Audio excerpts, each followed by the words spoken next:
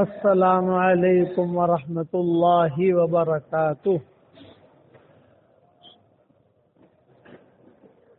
الحمد للہ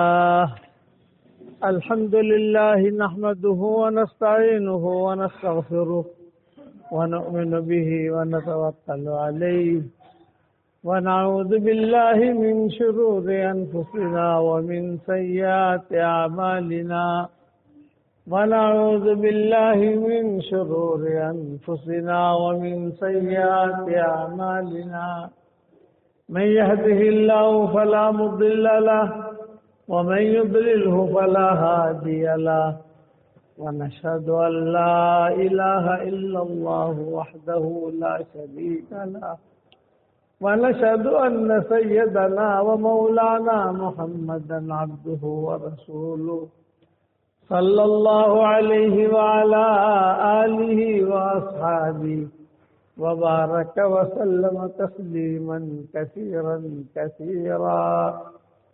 أما بعد فأعوذ بالله من الشيطان الرجيم. بسم الله الرحمن الرحيم.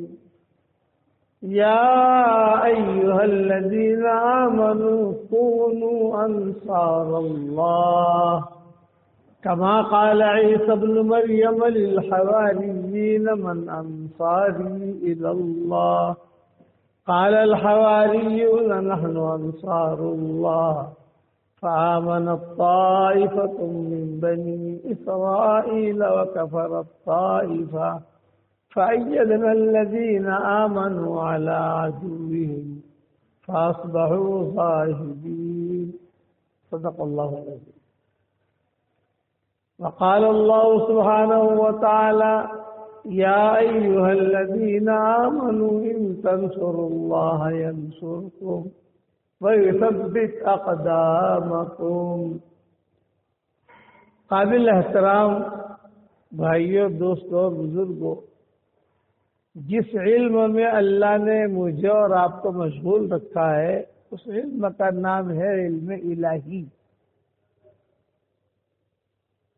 اور یہ علم الہی یقین والا علم ہے. کیا مطلب؟ کہ اس میں اللہ کی مدد کا آنا ضروری ہے. یہ نبیوں والا علم ہے. قال اللہ قال رسول، قال اللہ قال رسول. قرآن کا پڑھنا، قرآن کا پڑھانا انسان کی بہت بڑی سعادت مندی کی چیز ہے. صبح ہوتی ہے تو جس کا عطر کا کام ہوتا ہے اللہ تعالیٰ اس کے جھولے میں عطر ڈال دیتا ہے. عطر کی شیشیاں صاف کرتا ہے، شیشیاں بھرتا ہے، بیچتا ہے.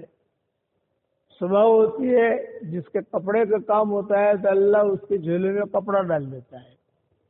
اس کی محنت کرتا ہے، کپڑا بیچتا ہے، کپڑا کاٹتا ہے. لکڑی کا کام ہوتا ہے تو اس کے اللہ تعالیٰ اس کے جھولے میں لکڑی ڈال دیتا ہے.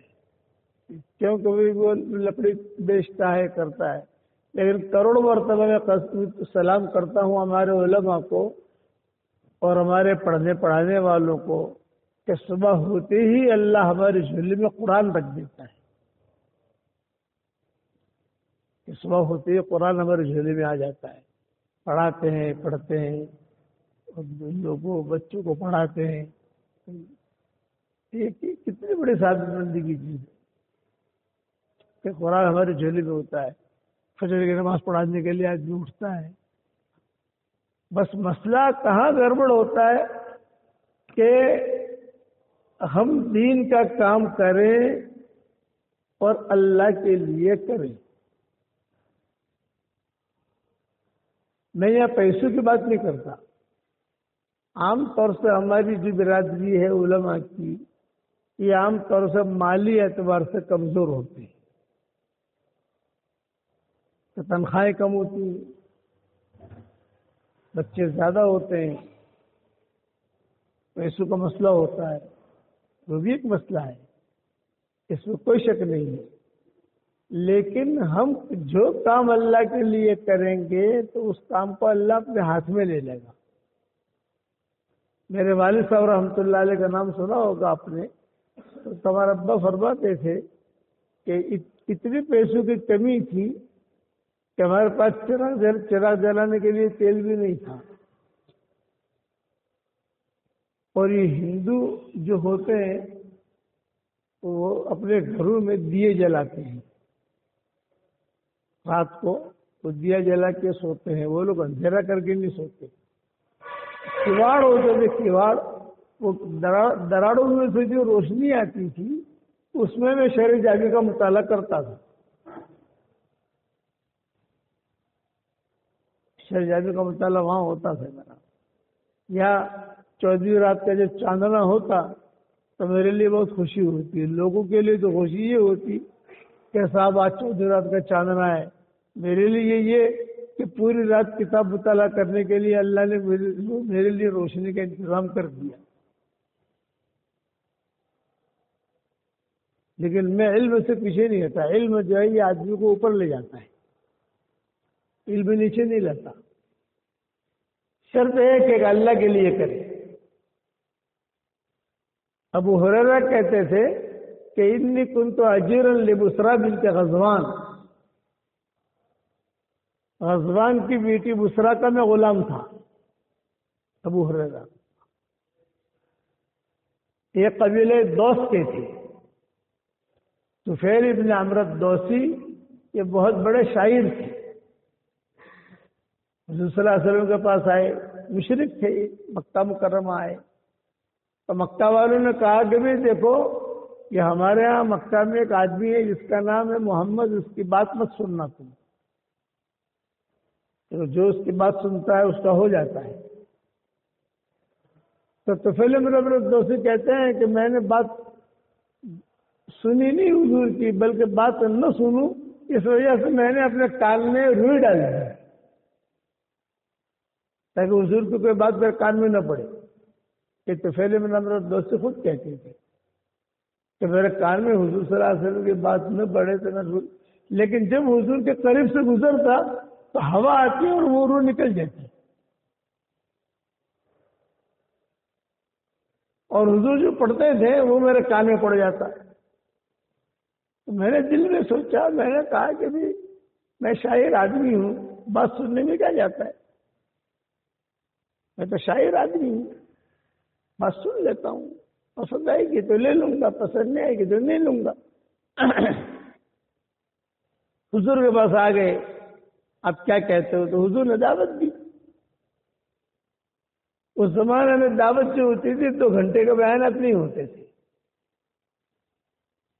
کہ گھنٹہ بیان ہو رہا ہے، 2 گھنٹہ بیان ہو رہا ہے، نہیں. بس حضور صلی اللہ علیہ وسلم قرآن کی کچھ آیتیں پڑھ لیتے تھے. نجاشی کے سامنے بھی جو دعوت آئی تو جعفر ابن ابی طالب نے سورہ مریم کی ابتدائی آیتیں پڑھی. اس سے متاثر ہو گئے. تو طفیل ابن عمرو دوسی نے کہا کہ بات تو صحیح ہے تمہاری. مسلمان ہو گئے. یہ قبیلے بنی دوس کا پہلا آدمی تھا جو مسلمان ہوا ہے. ابو ہریرہ اسی قبیلے کی تھی.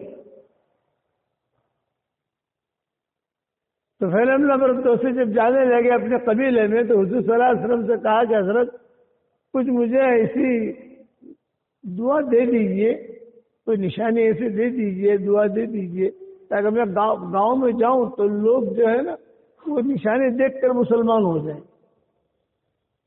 تو حضور نے دعا مانگی، اللہم اجعل لہ آیہ، اللہم اجعل لہ آیہ، اے اللہ اس کو نشانی دے دیں.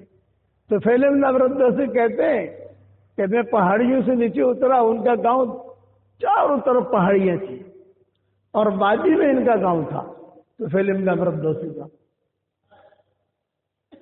حضور نے دعا دی اللہم اجعل لہ آیہ. جب میں نیچے اترا تو میری پیشانی سے نور چمکنے لگا جیسے انجن کی روشنی ہوتی ہے نا ویسی. میں گھبرایا، پوری وادی روشن ہو گئی. تو میں نے کہا کہ اے اللہ یہاں سے نور ہٹا لے، اس لیے لوگ کہیں گے تو نے دھرم چھوڑا تو تیرا چہرہ بھی بگڑ گیا. کسی اور جگہ مجھے روشنی دے دے. تو وہ نور وہاں سے ہٹ کر ان کے کوڑے میں آ گیا. اب کوڑا جو ہے ان کے ہاتھ میں ہوتا تھا، یوں گھماتے تو پورا گاؤں منور ہوتا. گاؤں میں داخل ہوئے کوڑا لے کر یوں گھماتے گھماتے گھماتے تو کوڑے میں روشنی تھی. پورا کا پورا گاؤں جو ہے وہ جمع ہو گیا. ہو کیا ہوا؟ تو فیل کیا لائے، تو فیل کیا لائے، تو فیل کیا لائے. انہیں میں ابو ہریرہ بھی تھے. تو طفیل بن عمرو الدوسی کہتے ہیں کہ سب سے پہلے تو میں گھر میں گیا اور گھر میں جا کر میں نے ابا کو اور امی کو اور بیوی کو اسلام کی دعوت دی. ابا سے کہا کہ ابا میں تو مسلمان ہو گیا ہوں اور تم مشرک ہو. تو ابا نے کہا کہ کوئی بات نہیں بیٹا، جو تیرا مذہب ہے میرا مذہب. باپ بھی مسلمان ہو گیا، ماں بھی مسلمان ہو گئی، بیوی بھی مسلمان ہو گئی. تو پھر ہم لوگ دوست سے خوش ہو گئے. واہ واہ، میری بات تو چلی. باہر نکلے تو لوگوں نے بہت مارا ان کو، چونکہ انہوں نے اسلام قبول کیا تھا اور اسلام کو لوگ سمجھتے نہیں تھے. ان مارنے والوں میں یہ ابو ہریرہ تھے. اس سے قبیلے کے تھے لیکن غریب تھے. ابو ہریرہ اپنا قصہ سناتے تھے. انی کنت اجیرا لبسرا بنت غزوان، میں غزوان کی بیٹی بسرا کا غلام تھا. غزوان کی بیٹی بسرا جو ہے یہ بہت مالدار لڑکی تھی اور کنواری تھی، بہت مالدار. یہ اس کے اجیر تھے. ابو ہریرہ کہتے تھے بہت ظلم کرتی تھی مجھ پر. جب بھی سفر پر جاتی تو مجھے لے جاتی، اپنے ساتھ سارے رشتہ داروں کو لیتی، سب کے لیے کھانا پکانا میرے ذمہ، سب کے کپڑے دھونا میرے ذمہ، سب کے لیے پانی بھرنا میرے ذمہ، اونٹ چرانا میرے ذمہ، حدی پڑھنا میرے ذمہ. یہ ابو ہریرہ کہتے تھے. اور اس کے رشتہ دار جو ہے وہ تو ٹھاٹ کے ساتھ رہتے تھے، سب کی خدمت میں اکیلا کرتا تھا. اور ایسی ظالمہ عورت تھی کہ ابو ہریرہ کہتے تھے کبھی کبھی مذاق کرتی سب رشتہ داروں کے سامنے. یہ کہتے یا ابا ہریرہ، یا جس وقت نام ہوگا ان کا، کہ دیکھ فخلا نعلیک ورکب علی الناقہ، کہ دیکھ وہ اٹھنی کھڑی ہے، جوتے نکال اور دوڑ لگا اور چھلانگ لگا کر اٹھنی پر سوار ہو جا. تو ظاہری بات ہے کہ اٹھنی پر اگر بیٹھنا ہو تو اس کی ترتیب یہ ہوتی ہے کہ اٹھنی کو بٹھاؤ اور اس پر بیٹھو، پھر اٹھنی کھڑی ہو، پھر اٹھنی چلے گی. یہ ترتیب ہے. لیکن میرے لیے یہ نہیں کہا جاتا دیکھو دیکھو میرے غلام کو میں کیا کہتی ہوں. یہ آپ کی فخلا نعلیک ورکب علی الناقہ. تو میں جو ہے اپنی جوتیوں کو نکال دیتا اور تیز دوڑ کر چڑھنے کی کوشش کرتا. کبھی چڑھ جاتا، کبھی گر جاتا، کبھی چڑھ جاتا اور کبھی گر جاتا. تو تالیاں بجاتے گر گیا گر گیا گر گیا گر گیا گر گیا. یہ ابو ہریرہ تھے. لیکن اللہ نے مجھے اسلام دیا. یہی طفیل بن عمرو الدوسی ان کے اسلام کا سبب بنی. اخیر میں آنے والوں میں ہے ابو ہریرہ. ابو ہریرہ، خالد بن ولید ہمارے تو سر کے تاج ہیں، لیکن صحابہ کے معاملے میں یہ اخیر میں آنے والوں میں ہے.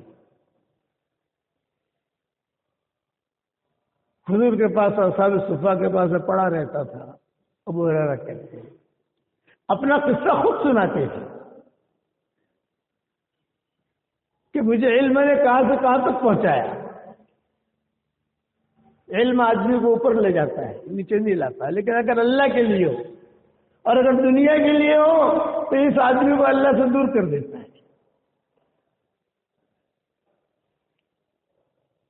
تو ابو ہریرہ کہتے تھے رضی اللہ تعالی عنہ کہ میں اصحاب صفا میں آ گیا.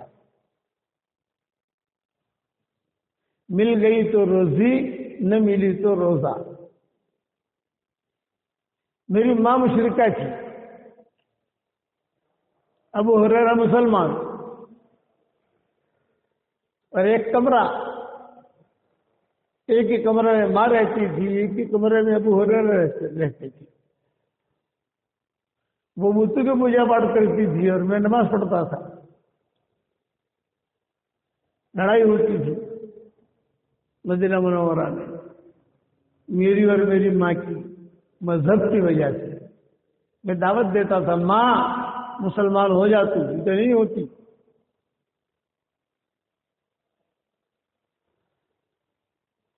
روزانہ میں کچھ نہ کچھ جب ماں کی خدمت بھی کرتا اور ان کو دعوت بھی دیتا، کیونکہ حضور صلی اللہ علیہ وسلم وہاں تھے مدینہ منورہ میں۔ تو ابو ہریرہ کہتے ہیں کہ ایک مرتبہ میں نے دعوت دی تو میری ماں غصہ آئی اور اس نے کچھ ایسی بات کہہ دی حضور صلی اللہ علیہ وسلم کے سلسلے میں جو مجھے بہت بری لگی۔ میں روتا ہوا حضور کے پاس آیا، کیوں رو رہے ہو؟ یہ کہا کہ امی اسمعتنی کثیر، آج میری ماں نے مجھے بہت کچھ سنایا ہے آپ کے بارے میں، مجھ سے برداشت نہیں ہوا، اس لیے میں آیا ہوں، آپ میری ماں کے لیے دعا کریں۔ حضور نے کھڑے ہو کر دعا مانگی، اللہم اہد ام ابی ہریرہ، اے اللہ ابو ہریرہ کی ماں کو ہدایت۔ بس یہ دعا میں نے سنی اور میرے دل میں بات آئی کہ لو بھائی مجنون کا خواب پورا ہو گیا، ماں کو اللہ نے اسلام دے دیا۔ نکلا، جب نکلا تو گھر کا دروازہ بند تھا اور ماں نے اندر سے سن لیا کہ ابو ہریرہ آیا، آہٹ سے سمجھ جاتا ہے آدمی کہ کون آیا ہے۔ تو ماں نے مجھے کہا مہلن یا ابا ہریرہ، مہلن یا ابا ہریرہ، ابو ہریرہ وہی کھڑے رہنا۔ اور پانی گرنے کی آواز آ رہی تھی، حس حست الماء، حدیث میں آتا ہے سمعت حس حست الماء، پانی گرنے کی آواز۔ مجھے سمجھ میں نہیں آیا کیا کر رہی ہے ماں، اس کی ماں غسل کر رہی تھی ابو ہریرہ کی۔ غسل وغیرہ کیا، کپڑے وغیرہ بدلے اور برابر جو ہے بال وغیرہ ٹھیک کیے اور ٹھیک ٹھاک کر کے جو ہے ماں نے جو ہے دروازہ کھولا، ففتحت الباب وقالت اشہد ان لا الہ الا اللہ واشہد ان محمد رسول اللہ۔ مسلمان ہو گئی۔ میں گھر میں نہیں آیا، میں واپس دوڑا۔ پہلے غم کے آنسو تھے، اب خوشی کے آنسو کے ساتھ آیا حضور کے پاس۔ فرمایا کیا ہوا؟ یہ کہا الحمدللہ میری ماں نے اسلام قبول کر لیا۔ اب غربت تھی، پہلے تو بسرا کے غلامی میں تھے، اب مسلمان ہو گئے، مدینہ منورہ آ گئے، تو یہاں نہ روزی نہ روٹی، نہ بنتا نہ پرندہ، کچھ ہے ہی نہیں۔ حضور صلی اللہ علیہ وسلم کچھ دے دیتے تھے، اصحاب صفہ میں رہتے تھے، مدینہ والے کچھ کھجورے لے آتے تھے تو اپنی ضرورت پوری کرتے رہتے تھے۔ ایک مرتبہ ابو ہریرہ نے حضور صلی اللہ علیہ وسلم سے شکایت کی کہ حضرت میں جو سنتا ہوں بھول جاتا ہوں، آپ کی حدیث سے سنتا ہوں میں بھول جاتا ہوں۔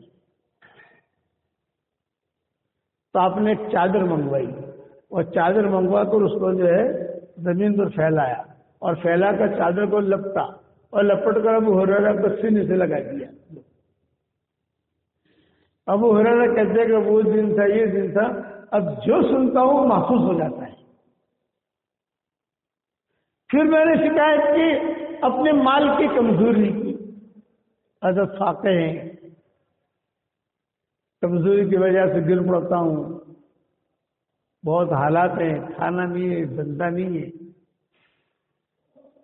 تو حضور صلی اللہ علیہ وسلم نے مجھے مٹھی پر کھجورے دی، مٹھی پر کھجورے، اور کہا ابو ہریرہ کھاتے رہنا، کھلاتے رہنا، دیکھیو مت، گنیو مت،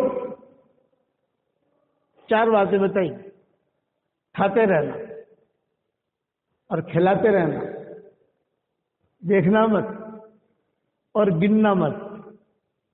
اسی لیے علماء نے لکھا ہے کہ نوٹیں زیادہ گننی نہیں چاہیے.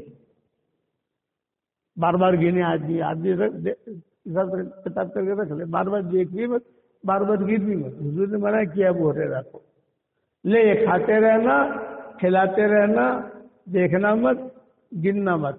تو ایک زنبیل تھی ابو ہریرہ کے یہاں، اس کے اندر وہ کھجوریں پڑی رہتی تھی.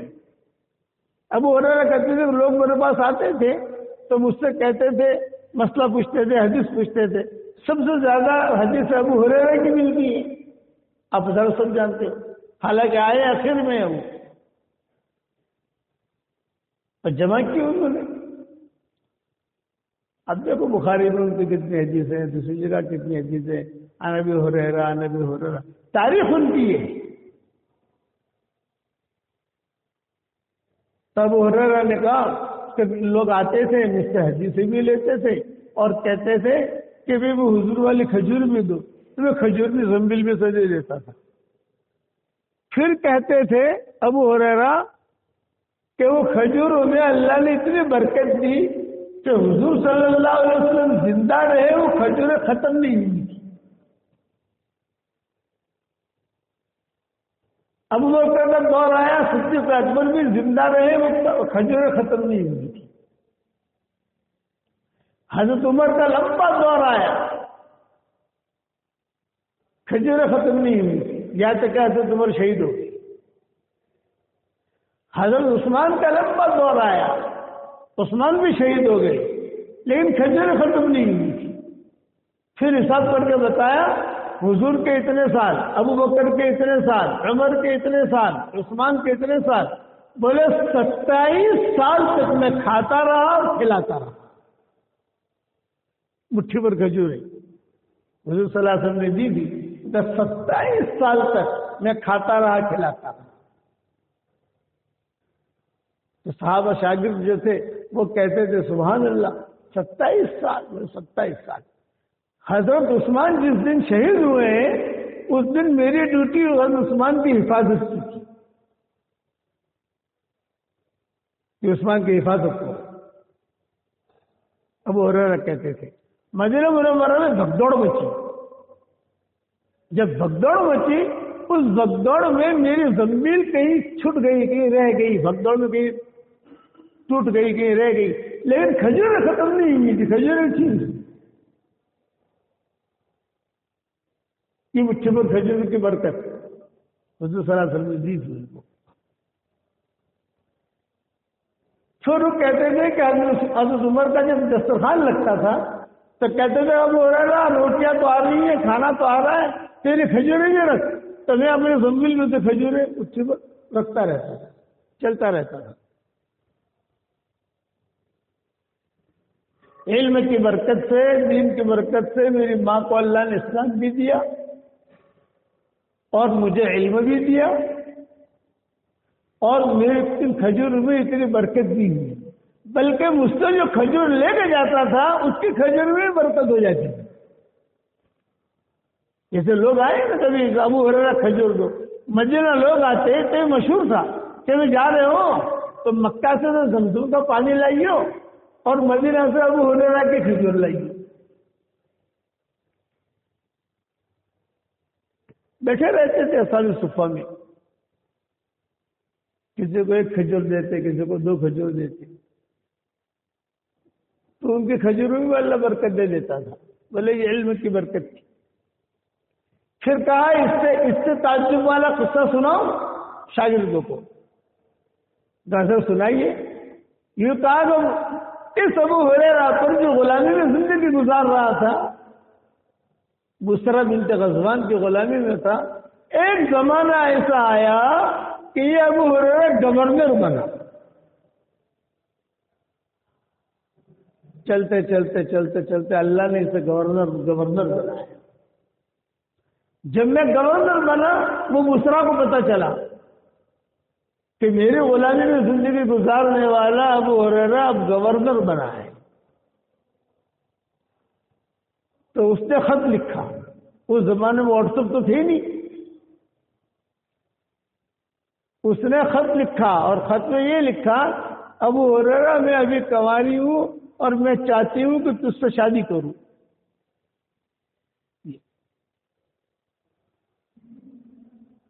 جب میں نے خط پڑھا بسرا کا تو مجھے پرانے دن یاد آ گئے. ارے اس کی غلامی میں تو میری زندگی گزری ہے. میری پٹائی کرتی تھی، فخلا نالیک ورقبال ناقہ کہتی تھی، سارا کام میں کرتا تھا اس کا. اس نے خط لکھا میں چاہتی ہوں کہ میں تم سے نکاح کروں، اس لیے کہ تم گورنر بنے ہو اور تمہارا مقام بڑھ گیا. ابو ہریرہ نے جواب دیا بھائی میں مشورے میں رکھوں گا، حالانکہ خود گورنر تھے. تو جو بھی اس وقت میں ساتھی تھے سامنے بات رکھی تو سب نے طے کر دیا کہ کر لو شادی. چنانچہ اسی بسرا بنت غزوان کے ساتھ اللہ نے میرا نکاح کرایا جس کے غلامی میں میری زندگی گزری. میری دلہن بن کے اللہ نے اسے مدینہ بنا کر اللہ نے مدینہ منورہ بھیجا. علم اللہ کے لیے اگر کوئی لیتا حاصل کرتا ہے تو یہ علم اسے پھینک نہیں دیتا، اسے اوپر لے جاتا ہے. اس لیے میں کہتا ہوں بے دین عالم مت بنو، دیندار عالم بنو. بے دین دیندار مت بنو. امت کو جتنا نقصان ہوا ہے اسلام کو مسلمانوں کو، ایک جملہ یاد رکھنا، بے دین دینداروں سے.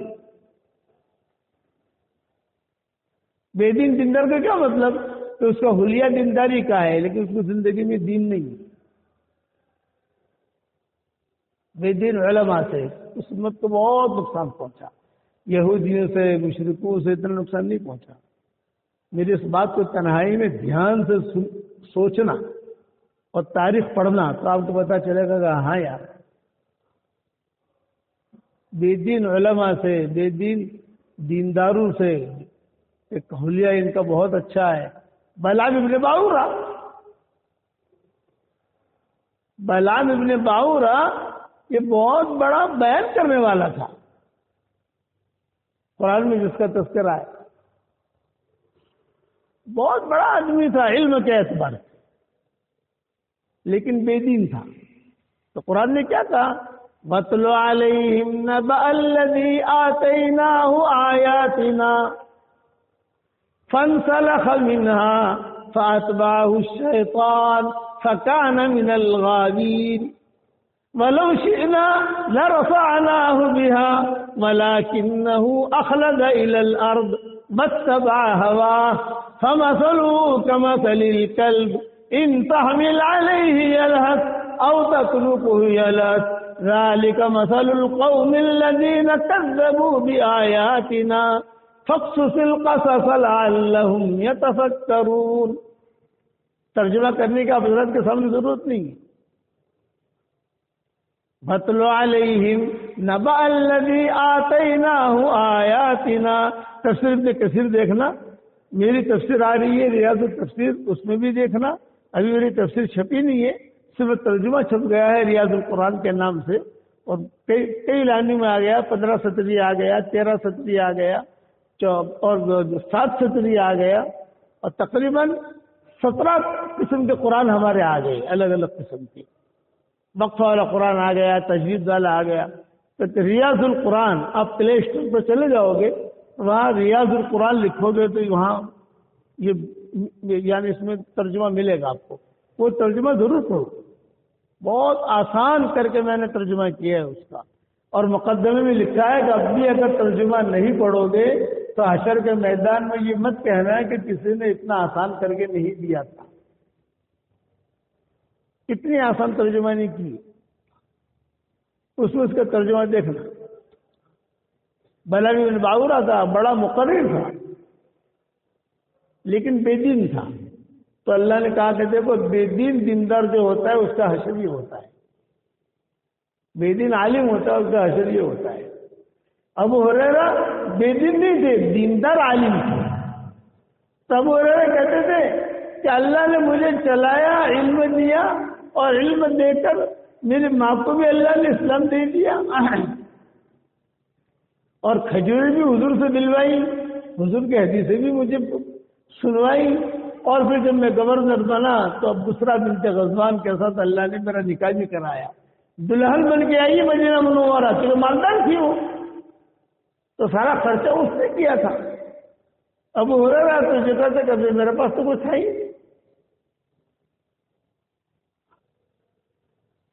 جب شب زفاف ہوئی اور میں کمرے میں داخل ہوا تو میں نے سوچا کہ اس کے ساتھ بیوی جیسا مذاق کروں، بیوی جیسا مذاق جیسا آدمی کرتا ہے۔ تو میاں بیوی کو تو اللہ نے کھلونا بنایا ہے، ایک دوسرے کا ساتھ زندگی گزارتے ہیں، ایک دوسرے کے ساتھ کھیلتے ہیں، تو میں بیوی جیسا مذاق کروں، تو بیوی جیسا مذاق میں کیا کروں یہ میں سوچ رہا تھا۔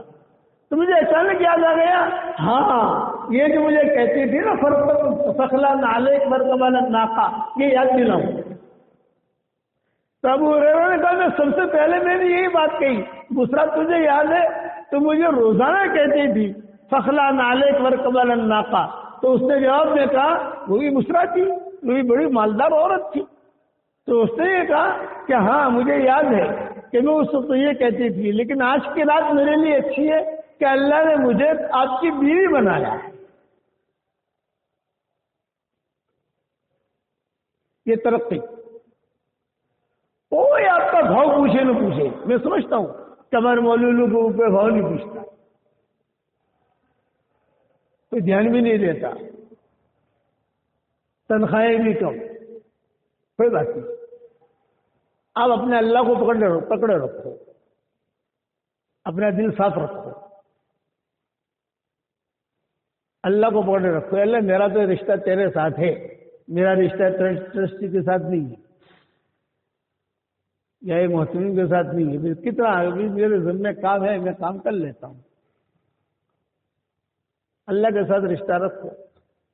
میرا سبق سنو، سبق جو واٹس ایپ پر میرے سبق چلتے ہیں وہ آپ لوگ سنو، تو آپ کو بہت روحانیت ملے گی اس کے اندر، یہ الہامی سبق ہوتے ہیں، یہ میں آپ حضرات کو کہتا ہوں کہ آپ لوگ سنو گے تو آپ کو جو ہے نا اندر کا ایمان تازہ ہوگا، آپ کا پتہ چلے گا کہ ہاں کیا کرنا چاہیے، بیان کے اندر مدد ملے گی۔ میری کتاب بکھرے موتی پڑھو تو اس کے اندر جو ہے آپ کو بیان کرنے کے لیے کئی چیزیں ملیں گی، صحیح صحیح۔ ابو ہریرہ کہتے تھے کہ اللہ نے میرے ساتھ یہ کیا، پھر شاعر سے کہا اس سے آگے کی خوشخبری سناؤ، یہ کہا سناؤ، یہ کہا اللہ نے اسی بسرا سے مجھے ایک لڑکی دی، لڑکی جوان ہوئی، تو میں نے اللہ سے اس کا فضل مانگا، رزق مانگا، رشتہ، کہ اللہ پاک میری بیٹی جوان ہوئی ہے، اب اس کا کوئی رزق اتار آسمانوں سے۔ بس میں نے اللہ سے مانگا تو اللہ نے مجھے بہترین داماد دیا۔ میرا داماد کون بنا؟ سعید ابن مسیب میرا داماد بنا۔ یہ بتاؤ کہاں سے چلے، اور داماد کون بنا؟ سعید ابن مسیب۔ چچا چچا چچا چچا چچا چچا سعید ابن مسیب کہتے تھے۔ کوئی حدیث سننی ہوتی ہے، ابو ہریرہ کہتے تھے ان فی الجنت الاسواقا، جنت میں بڑے بڑے بازار ہوں گے۔ تو ابو ہریرہ سر کے اوپر اپنا گٹھڑ لے کر آ رہے تھے اور یہ سعید ابن مسیب ملے اور کہا یا عم، اے چچا آپ سے یہ حدیث میں سنتا ہوں کہ ان فی الجنت الاسواقا، جنت کے اندر بڑے بڑے مال ہوں گے، بڑے بڑے بازار ہوں گے، کیا یہ حدیث صحیح ہے؟ تم نے سنی ہے حضور صلی اللہ علیہ وسلم سے؟ ابو ہریرہ نے گٹھڑ جو پھینکا اور اب سعید ابن مسیب کا ہاتھ پکڑا اور ہاتھ پکڑ کر روزے مبارک پر آئے حضور کی قبر پر، اور وہاں کھڑے رہ کر کہا میں قسم کھا کے کہتا ہوں اس قبر والے سے یہ حدیث میں نے کئی مرتبہ سنی، اس قبر والے سے میں نے یہ حدیث کئی مرتبہ سنی، ایک مرتبہ نہیں کئی مرتبہ۔ یہاں سے تعلقات ہوئے ان کے، اور بیٹی دی ان کو سعید ابن مسیب کو، یہ ابو ہریرہ کے داماد بنے۔ ابو ہریرہ کہتے ہیں دنیا میں تو اللہ نے میرے ساتھ یہ کیا اور مجھے امید ہے کہ آخرت میں بھی اللہ تعالیٰ میرے ساتھ اچھا ہی معاملہ کرے گا۔ یہ میں نے مختصر بات بیان کی. ہمارا سفر ہے جی اور کئی دنوں سے اپنے پروگراموں میں چل رہے ہیں. آپ حضرات سے درخواست ہے کہ دیندار علماء بنو، نیک بنو. اور آپ کو زیادہ پڑھنے پڑھا میں نے کوئی زیادہ سمجھانے کی ضرورت نہیں ہے. آپ سمجھے ماشاءاللہ سمجھے سمجھائے ہو. اپنا قرآن، اپنی حدیثیں، اپنی تفسیر. ایمانی ہماری سطح جو ہے وہ اونچی ہونی چاہیے. تقوی کا اور علم کا جوڑ ہے. واتقوا اللہ یعلمکم اللہ. ایک صحابی آئے تھے حضور کے پاس، 25 سوالات کیے. ایک سوال یہ کیا، انا اريد ان اكون اعلم الناس، قال له اتق الله تكن اعلم الناس. کہ حضرت میں بہت بڑا مولوی بننا چاہتا ہوں، بہت بڑا عالم بننا چاہتا ہوں مدینہ میں. آپ نے فرمایا تقوی اختیار کر، اتق اللہ تکن اعلم الناس. ہم علماء کوئی کام ایسا نہ کریں جو علم پر آتا ہے. لوگ کہیں کہ مولوی لوگ ایسا کرتے ہیں، نہیں. ہمارا بہت بڑا مقام ہے، اللہ نے علم دیا ہے، بہت بڑا مقام ہے ہمارے. کوئی کام ایسا نہ کرے. امام بخاری رحمۃ اللہ علیہ سمندر کا سفر کر رہے تھے. اس وقت میں بخاری معروف ہو گئے تھے لوگوں میں، بھائی انہوں نے صحیح حدیث سے جمع کیے، صحیح حدیث سے جمع کیے، صحیح حدیث سے جمع کیے. اور سمندر کے سفر میں جب دوستی ہو جاتی ہے تو پڑوس میں ایک آدمی بیٹھا ہوا تھا، اس کے سامنے بیٹھ کر امام بخاری نے کہا کہ میرے پاس 2000 اشرفیاں ہیں. وہ آدمی جو تھا بددل تھا، بدنیت. اس نے پولیس کو جا کر یہ کہہ دیا کہ صاحب میرے پاس 2000 اشرفیاں تھی، کسی نے چوری کی ہے. سمجھ گئے آپ؟ تو پولیس والوں نے جو ہے سب کی چھان بین شروع کی.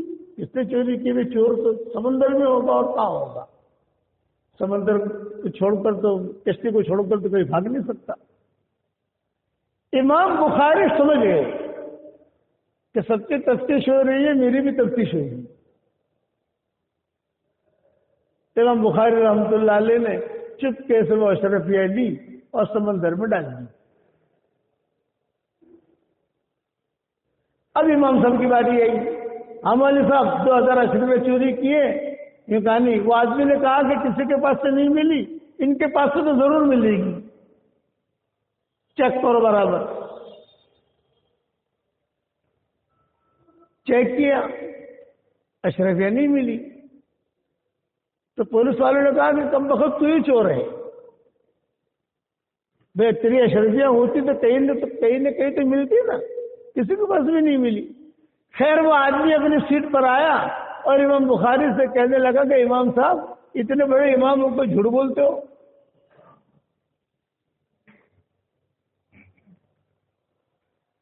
امام صاحب نے کہا میرے پاس اشرفیاں تھی،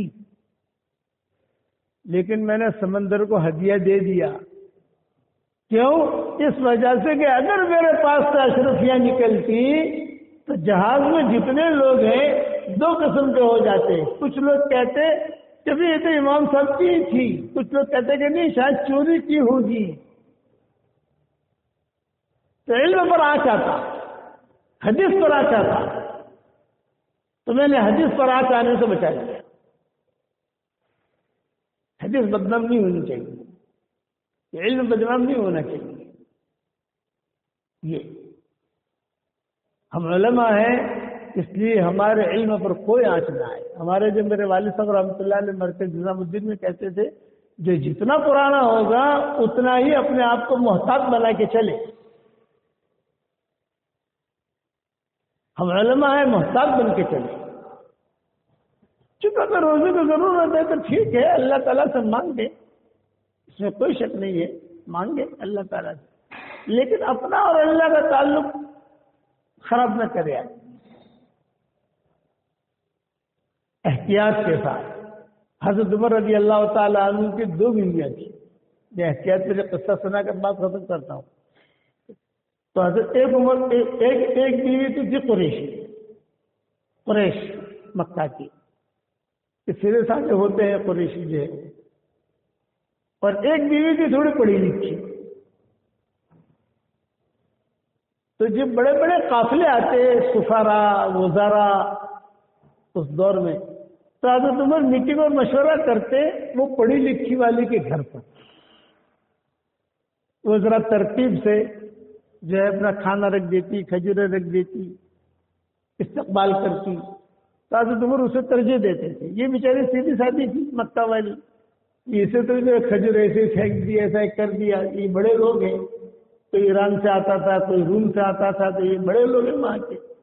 حضرت عمر ان کا اکرام کرتے تھے. تو یہ پڑھی لکھی جو عورت تھی اس کے یہاں تو سفیر آیا کسرا کا، مشورے ہوتے تھے وہاں.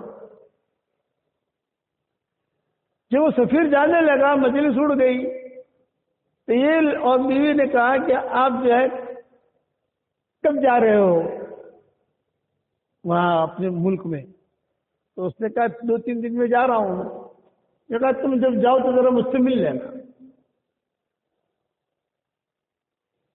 وہ آیا، امیر المومنین کی بیوی نے کہا ہے، وہ آیا، آپا میں جا رہا ہوں. تو اس نے 5-6 شیشیاں عطر کی اس سفیر کو دے دی، اور یہ کہا وہاں کی جو رانی ہے اس کو میری طرف سے ہدیہ دے دینا.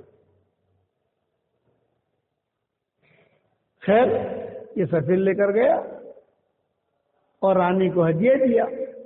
یہ کس نے دیا؟ یہ کہا امیر المومنین کی بیوی نے دیا ہے.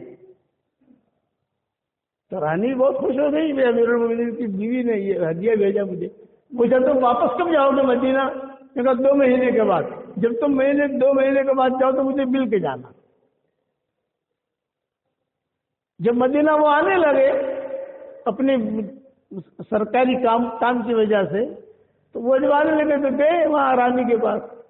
یہ کہا میں جا رہا ہوں مدینہ منورہ. اچھا ٹھیک ہے، کب نکل رہے؟ آج رات کو.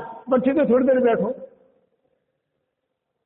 بٹھایا، اندر سے جو ہے بہترین قسم کے عطر، بہترین پیسے، سونا، زیورات، رانی تھی، سب چیزیں جو ایک تھیلی بنا کر، اور ہیرے جواہرات، وہاں پتھر بہت ہوتے ہیں ایران میں، وہ سارے کے سارے تھیلی میں بھر کے ان کو دیا. یہ کہا کہ یہ اونٹنی پر رکھ دینا، وہاں پہنچ کر اسی عورت کو دینا جس نے میرے لیے عطر بھیجا تھا، حضرت عمر کی بیوی کو.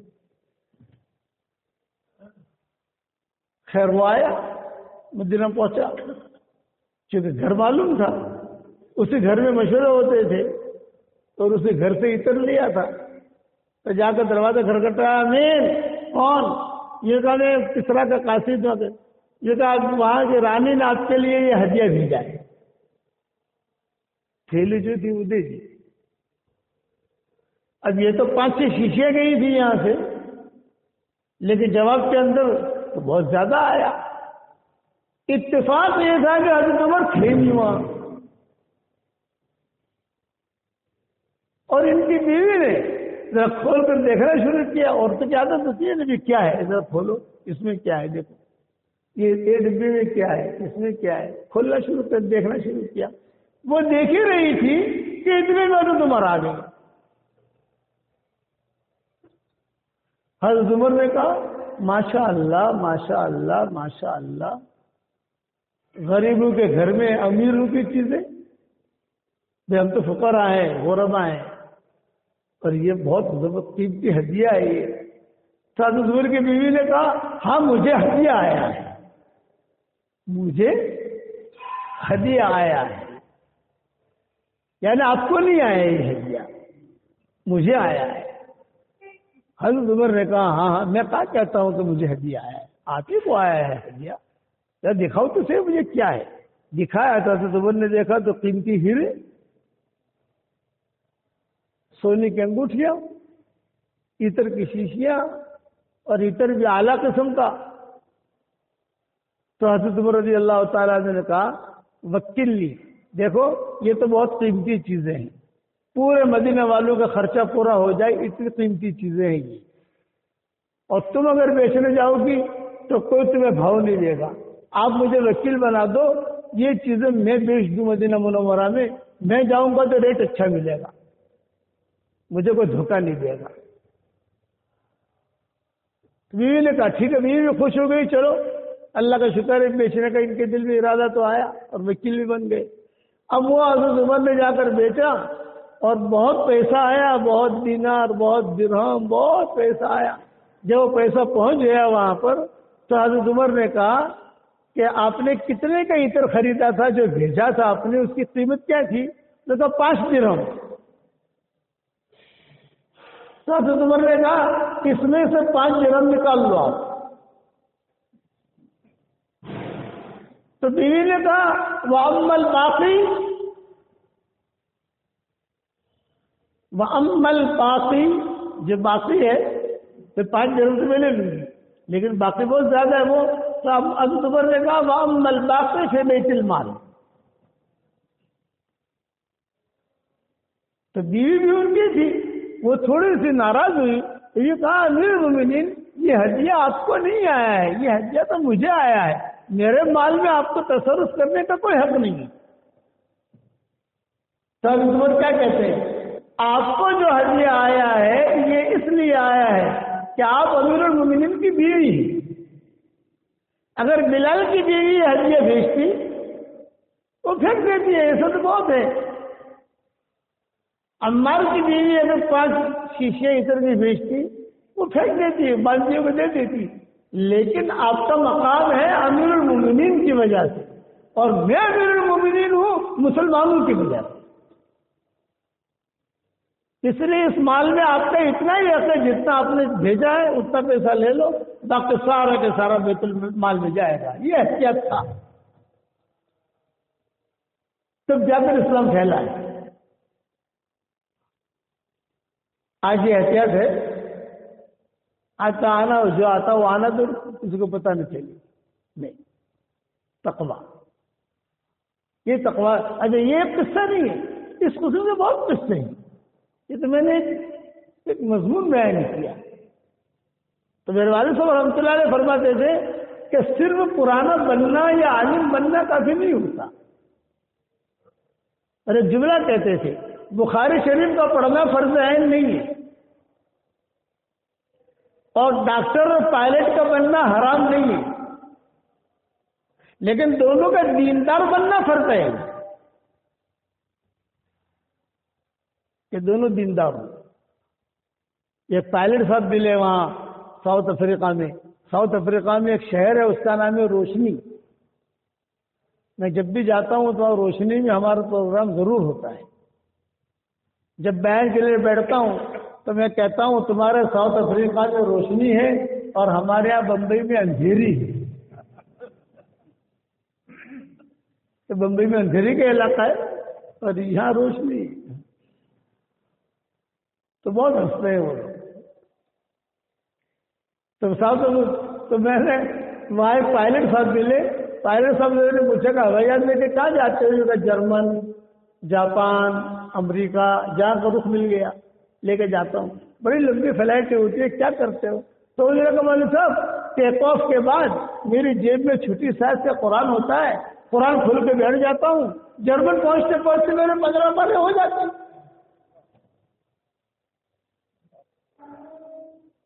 یہ فضاؤں کا دین، حالانکہ پائلٹ ہے، اور 2 ڈاکٹر وہاں ساؤتھ افریقہ میں ایسے ہیں کہ دونوں حافظ ہیں، ایک آپریشن کرتا ہے اور ایک بے ہوش کرتا ہے، تو دونوں ایک ہی مسجد میں نماز پڑھاتے ہیں، ایک ہی مسجد میں کراچی۔ تو میرا آپریشن بھی کرنا ہے، بے ہوش بھی کرنا ہے، تو بولے ہم دونوں جو ہے آپریشن کرتے کرتے ایک دوسرے کو پارا سنا دیتی ہیں۔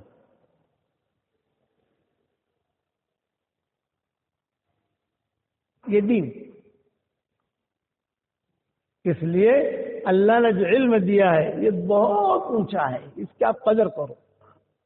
اور آسان ترتیب بتاتا ہوں کہ 10 مرتبہ سورہ اخلاص پڑھو تو جنت میں محل تیار ہو جاتا ہے، صحیح حدیثوں میں آتا ہے۔ حضرت عمر سے کہا تھا حضور صلی اللہ علیہ وسلم نے کہ عمر 10 مرتبہ سورہ اخلاص پڑھ، جنت میں محل تیار ہو جائے گا۔ تو حضرت عمر نے کہا کہ 10 مرتبہ سورہ اخلاص پڑھوں جنت میں ایک بنگلہ ملے گا؟ آپ نے فرمایا ہاں۔ حضرت عمر نے کہا میں تو بہت بنگلے بناؤں گا۔ آپ نے فرمایا جتنی طاقت بنا، تو بناتے بناتے تھک جائے گا، اللہ دیتے دیتے نہیں تھکے گا، یہ حضور نے فرمایا۔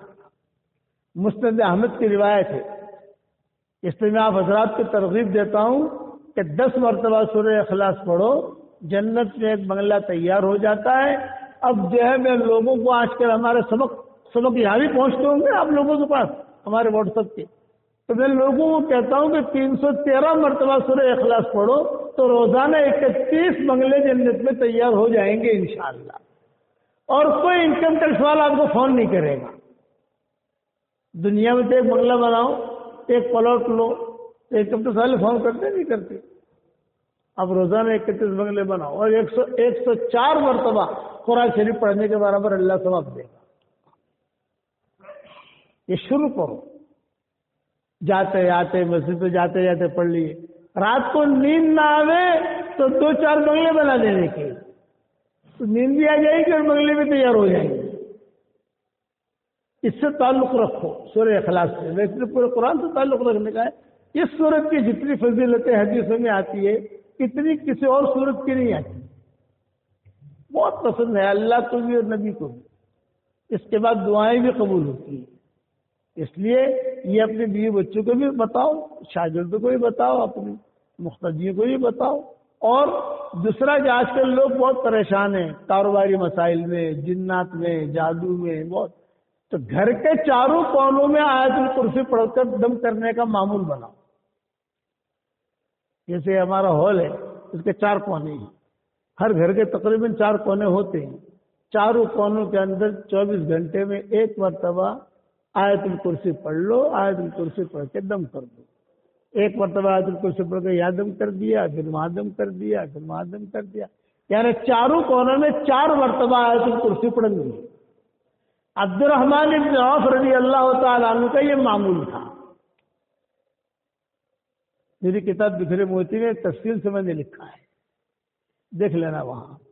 بکھرے موتی کا نام تو سنا ہوگا آپ لوگوں نے، کہیں نہ کہیں مل جائے گی آپ کو۔ اب تو 12 جلدیں آ گئی اس کی، جب تو لے کے بھی نہیں گھومتے، پہلے سے میں لے کے گھومتا تھا مطالعے کے لیے، تاکہ بیان کرنے میں مجھے بھی سہولت رہے، بھول نہ جاؤں کیا لکھا ہے کیا نہیں لکھا۔ لیکن یہ 2 وظیفے آپ کو دے کے جا رہا ہوں۔ 313 مرتبہ سورہ اخلاص پڑھنے کا معمول بناؤ، اس کے بعد جو دعا مانگو گا اللہ قبول کرے گا، اور آپ کی پراپرٹی بھی تیار ہوگی۔ میں کہتا ہوں دنیا میں پراپرٹی تو بہت بنائی ہے، اب جنت میں پراپرٹی بناؤ، اور جو اللہ جنت میں بنگلہ دینے پر قادر ہے وہ اللہ حسن میں بھی بنگلہ دینے پر قادر ہے، وہ اللہ مدینہ میں بھی دینے پر قادر ہے، وہ اللہ مکہ میں بھی دینے پر قادر ہے۔ جب جنت میں دے سکتا ہے تو یہاں نہیں دے سکتا۔ اور اپنے علم کی قدر کرو، چپکے سے گھر میں جا کر بیٹھو اور چپکے سے اپنے دل سے پوچھو کہ میرے پاس کیا ہے۔ میں نے بخاری پڑھی، میں نے یہ پڑھی، میرے والد صاحب رحمۃ اللہ علیہ عوام کے مجمع میں کہتے تھے تو علماء کی قدر کرو، علماء کی قدر نہیں کرو گے تو تمہاری نسلوں میں سے اللہ علم کو ختم کر دے گا، یہ ابا کہتے تھے۔ تو آپ بھی علم کی بھی قدر کرو، علماء کی بھی قدر کرو، جو آپ سے بڑے ہیں ان سے سیکھو، اور میرا واٹس ایپ کا سبق سنو روزانہ۔ آج کل حضور صلی اللہ علیہ وسلم کی سیرت پر چل رہا ہے مضمون ہمارا آج کے سبق میں، 105 پارٹ ہو گئے ہیں، 105، 300 پارٹ تیار کیے ہیں میں نے۔ درس قرآن روزانہ آتا ہے، درس قرآن بھی سنو، اور دوسرا یہ کہ جس مسجد میں آپ ہو آپ قرآن کی تفسیر شروع کرو، کوئی تبلیغ والا نہیں روکے گا آپ کو، اس ضرور میں تبلیغ والے روکیں گے بھی تو روکیں گے۔ وقت ایسا رکھو کہ جو تعلیم کا وقت ہے وہ الگ ہو، آپ کا وقت ہے وہ الگ ہو، کیا فرق پڑتا ہے اس میں۔ مفتی احمد خان پوری جو ہے نا ڈاویل میں، میرا وہاں پروگرام ہوتا ہے۔ اب انشاءاللہ یہاں سے جانے کے بعد ہمارا پروگرام ڈاویل، ترکیشور، اور یہ کفلیتا، پھر عکل کنواں، پھر یہ ہاسوٹ، پھر یہ بھڑوچ، یہ سب جگہ انشاءاللہ ہمارا دورہ ہوتا ہے مستقل۔ مفتی صاحب خود بیان میں آ کے بیٹھتے ہیں، مفتی احمد صاحب، انہوں نے تو اپنے ان کا ایک حلقہ ہے بہت بڑا، مفتی احمد صاحب کا. تو انہوں نے اپنے سب شاگردوں کو کہا کہ تم پڑھتے ہو تو اپنے تھوڑے تھوڑی تفسیر کرنا شروع کرو. معرف القرآن دیکھو, معرف القرآن میں تھوڑا تھوڑا تھوڑا تھوڑا ایک بیٹھے گا, دو بیٹھے گا. میں نے جب یہ سبق شروع کیا تو میں نے صرف شروع کیا میرے 20 بچوں کے لیے. مدینہ منورہ میں بیٹھا ہوا تھا تو میں نے میری ایک بچے, کچھ بچے ساؤتھ افریقہ میں, کچھ بچے جدہ میں, کچھ بچے بمبئی میں, کچھ بچے دہلی میں, سب ہمارا خاندان بکھرا ہوا ہے. میں نے کہا یار ان کی تربیت کیا کرے, تربیت تو کرنی چاہیے نا. تو مدینہ منورہ کے میری 2 بیویاں ہیں, ایک بیوی یہاں کی, ایک بیوی مدینہ کی. تو بچی نے کہا کہ میں آپ کو ایک چیز بتاؤں جس سے سارے بچوں کو فائدہ ہوگا. میں نے کہا بتاؤ. تو انہوں نے واٹس ایپ بتایا کہ دیکھو آپ یہ واٹس ایپ آیا ہے نیا, اب آواز کرو, بڑی امی کو بھیجو سلام لکھ کر. بڑی امی چھوٹی امی, سمجھ گئے نا, یہاں کی جو ہے بڑی امی, وہاں کی جو ہے چھوٹی امی. تب کہ بڑی امی کو سلام لکھ کے بھیجو. میں نے بھیجا, جواب آ گیا. ارے واہ, بات کرو, فری میں بات ہوگی. اب فری میں ہوگی کہاں, اب میں نے بات کی واٹس ایپ سے, فری میں بات ہوئی. ارے یار یہ تو بہت اچھا ہے. پھر میں دہلی نظام الدین آیا, 2013 کی بات ہے. نظام الدین میں آیا, مرکز سب ساتھی ایک جگہ تھے, وہاں مرکز پر تھے. تو وہاں جب وہاں پہنچا تو وہاں پر جو ہے میں نے کہا کہ یار بچوں کے لیے ایک حدیث روزانہ ہم کہہ کر بھیجیں. تو ہم نے ہمارے بچوں کا گروپ بنایا. میرے سن میں عربی تعلیم ہوتی تھی. تو میرا بیٹا عبد الوہاب ہے, ایلاف للعطرات والا, جس کے گولڈن ورڈ آتے ہیں. گولڈن ورڈ آپ لوگوں تک پہنچتے ہوں گے. تو وہ مجھے لے کر جاتا تھا وہاں مرکز میں عربوں میں تعلیم کے لیے. تو ہم جا رہے تھے, میں سوچ رہا تھا کہ یار اب کیسے کریں, کیا نام لکھیں. تو ایک دکانوں کی کتابیں ہیں وہاں, تو اس میں ایک کتاب تھی, اس پہ لکھا ہوا تھا آج کا سبق. میں نے کہا اللہ نے ہمارا کام کر دیا ہے. میں نے کہا اللہ فقیروں کا ایسا دے دیتا ہے. لکھا ہوا آج کا سبق. تو میں نے کہا میں اپنے لیے یہ اچھا ہے آج کا سبق. وہ سبق شروع ہوا. سبق شروع ہوا صرف ہمارے بچوں کے لیے, سب جگہ لیکن پھیلتا گیا پھیلتا گیا پھیلتا گیا. آج اللہ نے کروڑوں تک پہنچا دیا الحمدللہ. اور روزانہ اللہ کرنے کی توفیق بھی دیتا ہے. ہوائی سے بھی دیتا ہوں, پانی کی جہازی سے بھی دیتا ہوں, حرم شریف سے بھی دیتا ہوں. جہاں بھی سفر میں میں سبق چھوڑتا نہیں کہ مجھے فکر رہتا ہے. تو لوگوں کو معلوم نہیں ہے میں ہاتھوں میں بیٹھا ہوں. وہ تو گھر میں خالی انتظار کر رہے ہیں کہ ٹن بجا کے نہیں بجا, سبق آیا کہ نہیں آیا. ہبلی گیا تو ہبلی, وہاں ایک نوجوان ملا تو اس نے کہا کہ مولوی صاحب آپ کا سبق میں اکیلا 9 لاکھ آدمیوں کو بھیجتا ہوں. یہ کس نے چلایا؟ اللہ نے چلایا, ہمارا کوئی کمال نہیں ہے.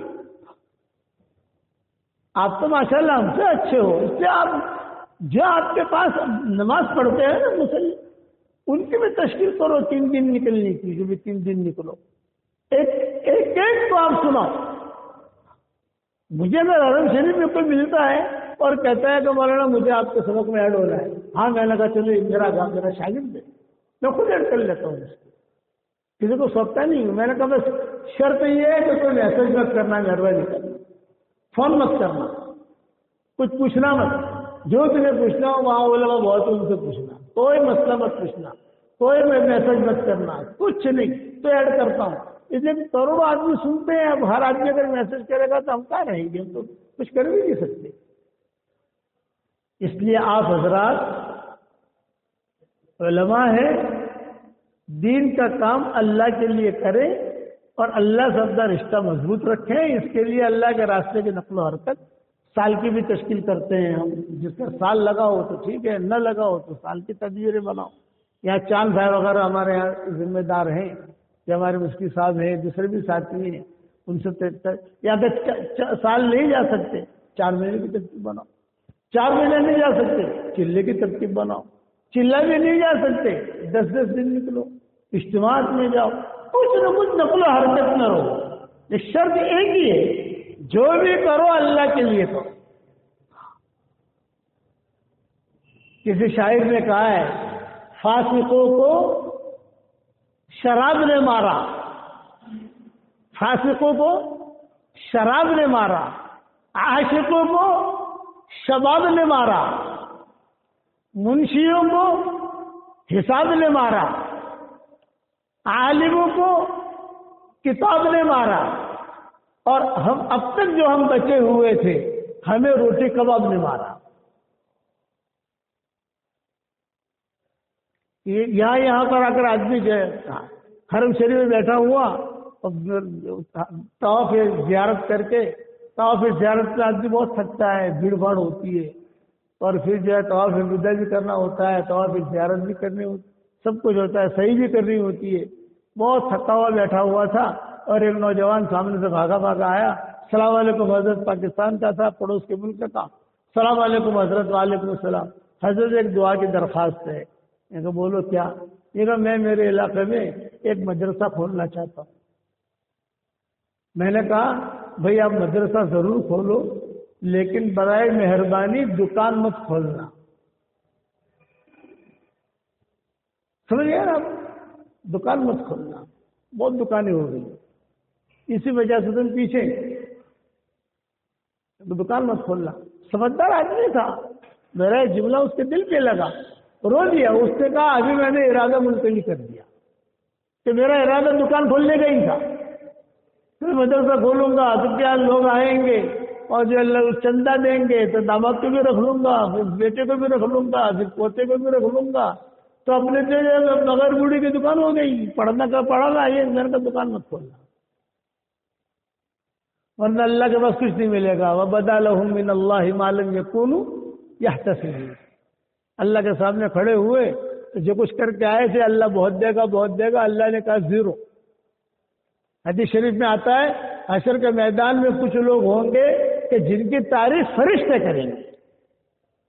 اب فرشتے جس کی تعریف کریں وہ بھی ایک چیز ہے، اور اللہ کے پاس لائیں گے کہ اللہ پاک ان لوگوں کو ہم لائے ہیں، ان کی ہم تعریف کرتے ہیں، ہم نے ان سے کبھی شر دیکھا ہی نہیں ہے۔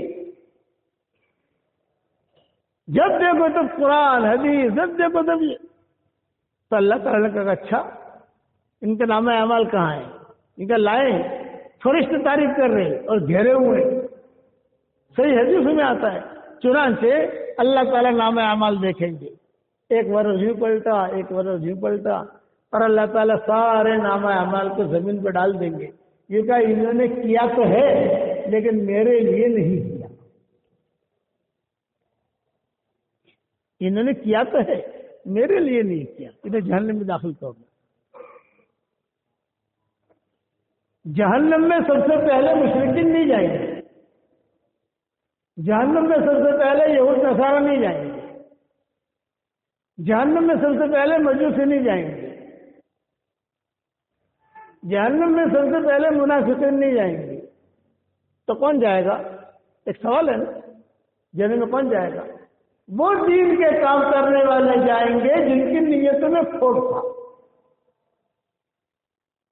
ہے بخاری کی حدیث کہ انہی کی وجہ سے جہنم کو اللہ بھڑکائے گا، یہ شاعر کا جملہ آتا ہے، انہی کی وجہ سے جہنم کو اللہ بھڑکائے گا کہ تم نے میرا دین کا کام کیا تھا اور تمہاری نیتوں میں کھوٹ تھا۔ قاری، سخی، شہید، مشہور حدیث ہے، سب جانتے ہیں۔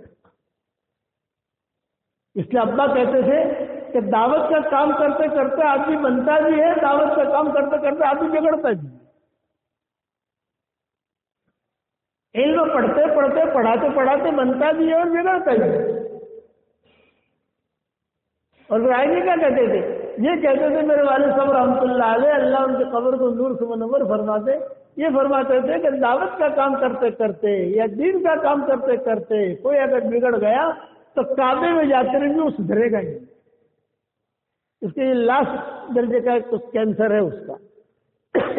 اب جو کسی کس سے سدھرے گا نہیں جب تک کہ اللہ کی رحمت اس کی طرف متوجہ نہ ہو۔ اس لیے ہم تو دعوت کے کام کرنے والوں کو بھی کہتے ہیں، سب جگہ کہتے ہیں کہ دین کا کام کرتے کرتے تو بگڑا ہو کہیں نہیں سدھرے گا۔ ہوائی جہاز فیکٹری میں بگڑ گیا تو کہاں سدھرے گا؟ لوگوں کو جانے لے گا۔ اللہ نے علم دیا ہے، بہت بڑی دولت دی ہے، صرف ایک نصیحت کرتا ہوں آپ کو، ایک نصیحت، کوئی بھی کام کرو اللہ سے کہو اے اللہ میں تیرے لیے کرتا ہوں. بس یہ روزانہ ایک ایک مرتبہ کہو کہ اللہ تیرے لیے کرتا ہوں، تو مجھے جمائے رکھ. پیسہ انشاءاللہ آئے گا، آپ گھبراؤ مت. ابو ہریرہ کے پاس کیسا پیسہ آیا؟